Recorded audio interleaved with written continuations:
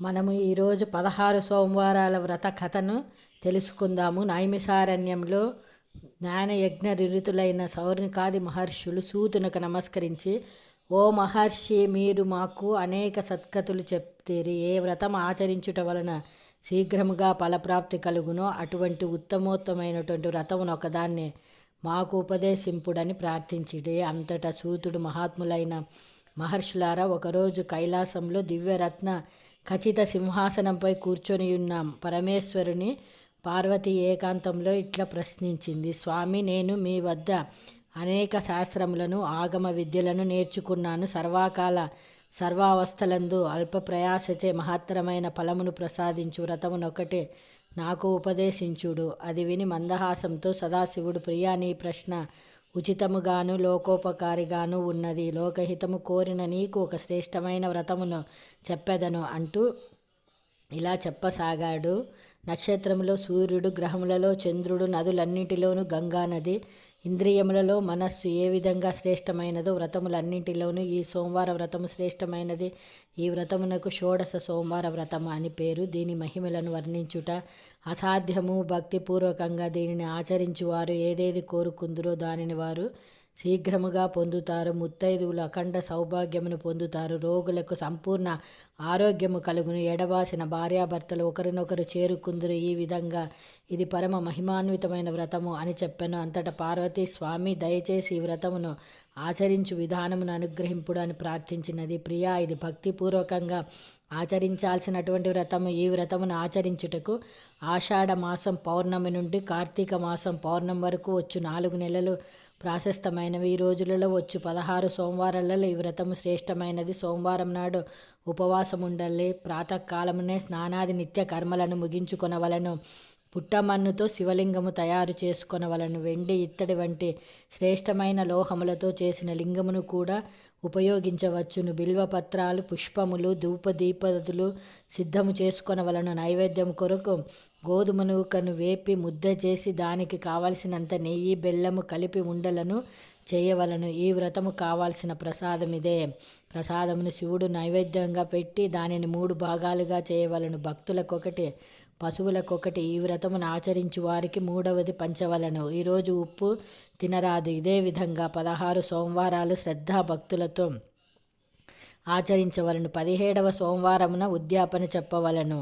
16 సోమవారములందును పూజించిన మట్టి లింగములను 17వ సోమవారం నాడు జలమునందు వదిలేయవలను.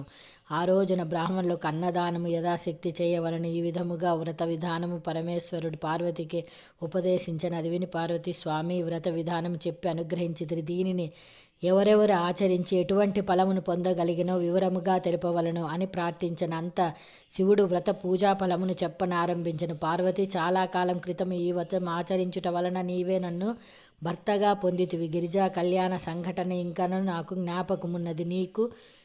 నేను నీకు పతి కావాలన్న ఉద్దేశంతో నీవు ఘోరారణ్యంలో తీవ్రమైన తపస్సు చేసితివి. అప్పుడు దేవతలు, సప్త ఋషులు నా వద్దకు వచ్చి, ప్రభు, నిన్నే నమ్మి తపస్సు చేయుచున్న హైమవతిని అనుగ్రహించరాదా, ఆలస్యం ఎందులకు అని ప్రార్థించిరి. నేను బ్రహ్మచారి రూపం వచ్చి నిన్ను పరీక్షించితి. నిన్ను సంబోధిస్తూ శివునకున్న అవలక్షణములన్నిటినీ వర్ణిస్తూ, శివుడు విరూపి, అపవిత్రుడు, మొరటి వ్యక్తిని,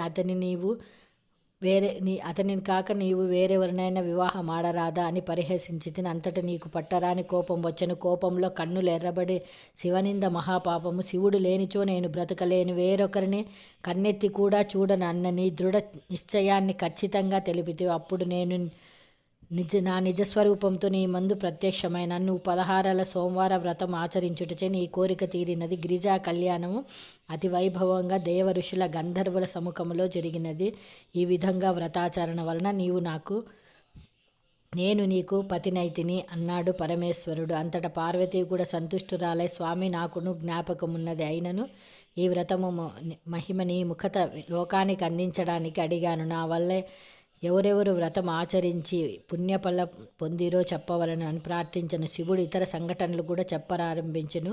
ఫస్ట్ శ్రీమంత్రి చంద్రాంగుల కథ చెప్పాను. చాలా కాలం క్రితం భరతఖండంలో పుణ్యాత్ముడైన చిత్రవర్మ అనే రాజు ఉండను. ఆయనకు పుత్రులు అనేకులు ఉండిరి. పుత్రిక కొరకు పార్వతీ పరమేశ్వరులను ఆరాధింపగా ఆడపిల్ల జన్మించెను. సర్వగుణ సంపన్నురాలైన ఆ శిశువునకు 14వ సంవత్సరమున వైధవ్యము ఖచ్చితంగా ప్రాప్తించును అని జ్యోతిష్యులు చెప్పిరి. అంతటా రాజు దుఃఖితుడైన శోకంతో పీడింపబడుతున్న రాజునకు జ్యోతిష్కులు దీనికి పరిహారం తెలిపిరి.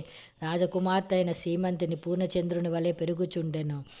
యుక్త వయసు వచ్చిన తర్వాత ఆమెను రాజకుమారుడైనట్లు చంద్రాంగనికి ఇచ్చి చిత్రవర్మ వివాహం చేసిన. ఇల్లరికం వచ్చిన అల్లునితో రాజుకు కాలము సంతోషంగా గడుచుచుండెను. ఇట్లుండగా ఒక రోజున చంద్రాంగదుడు జలక్రీడ కోరి యమునా నది కేగను. దురదృష్టవశమున నది అందలి సుడిగుండంలో చిక్కుకుపోయిన. రాజు పరివారంను కెనలేని దుఃఖము కలిగిన. సీమంతుని కూడా సహగమనకు సిద్ధపడిన. అంతటా యజ్ఞవల్క మహాముని భార్య అయిన మైత్రేయి అచ్చటకు వచ్చి, పుత్రి, నువ్వు చింతించవలసిన పని లేదు. నేను నీకు ఒక వ్రతము ఉపదేశించదను.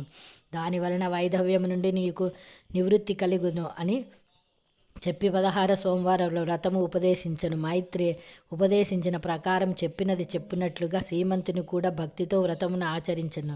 నాగలోకమునకు చేరిన చంద్రాంగదుడు నాగరాజు సమ్మానించబడి సురక్షితంగా రాజధానికి మరలి వచ్చను. అందరూ సంతోషించి ఈ విధంగా ఎడబాసిన పతి పత్నుల వ్రత మహిమచే మరలా ఒకటయ్యారు. నెక్స్ట్ మార్కండేయ సాంబ పూజారి కథ. మహా తపస్వి అయినటువంటి మృకుందునకు సంతాన ప్రాప్తి కలుగకపోక అటను తపస్సు చేసి సదాశివుని పుత్ర భాగ్యము కొరకు ప్రార్థించను. శివుడు ప్రత్యక్షమే, మహర్షి, నీకు 16 సంవత్సరాల ఆయువు గల సజ్జనుడైన కుమారుడు కావాలనా, 100 సంవత్సరాల ఆయువు గల అత్యధన పుత్రుడు కావాలనా అని ప్రశ్నించను. ఋషి, నాకు 16 సంవత్సరాల ఆయువు గల సత్పుత్రుడైతే చాలు అనెను. శివుని అనుగ్రహంతో మార్కండేయుడని సత్పుత్రుడు జన్మించను.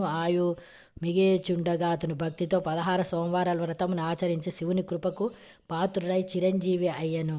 ద్వాపరయుగంలో శ్రీకృష్ణుడు కూడా సమంతకమణిని అపహరించడానికి అపవాదు వచ్చను. దాని నివారణకై అతను జాంబవంతునిపై విజయం సాధించి మణిని సంపాదించి జాంబవతిని పరిణయమాడను. సంతానం లేనందున ఆమె 16 సోమవారాల వ్రతం ఆచరించగా సంతాన ప్రాప్తి కలిగిన. బిడ్డకు సాంబ అని పేరు పెట్టిరి. శివపార్వతుడు భూలోకమున సంచరించుచు ఒకరోజు వైశ్యుని భార్య రూపమునందు దేవాలయమున ప్రవేశించి పాచికలాడంబరించి అందు శివునకు అపజయము కలిగెను. వైశ్యుడే గెలిచినని పూజారి అసత్యము పలికెను. పార్వతికి కోపము కలిగెను. అసత్యము పలికిన అర్చకుని తక్షణమే కుష్ఠరోగి కమ్మని శపించెను. అర్చకుడు వికృత రూపుడయ్యాడు. శివ, శంకర అని అరుస్తూ అతని క్రింద పడిపోయాడు. అంతటి సుందరి అయినటువంటి ఒక వనిత ప్రత్యక్షమే 16 సోమవారాల వ్రతమును ఆచరింపుము, దీని వలన నీ రోగము నయమగును అని పలికిన. అర్చకుడు అలాగే చేశాడు. అతని వికృత రూపం తొలగిపోయింది. 16 సోమవారాల వ్రతాచరణ ఫలితంగా అతనికి కుష్టు నివారణమయ్యాను. అనంతరము శివుని కృప వలన శివుని సాన్నిధ్యం పొందను. మార్కండేయ పురాణం నుండి చెప్పబడిన శివ పార్వతి సోమవార వ్రతము ఎవరైతే 16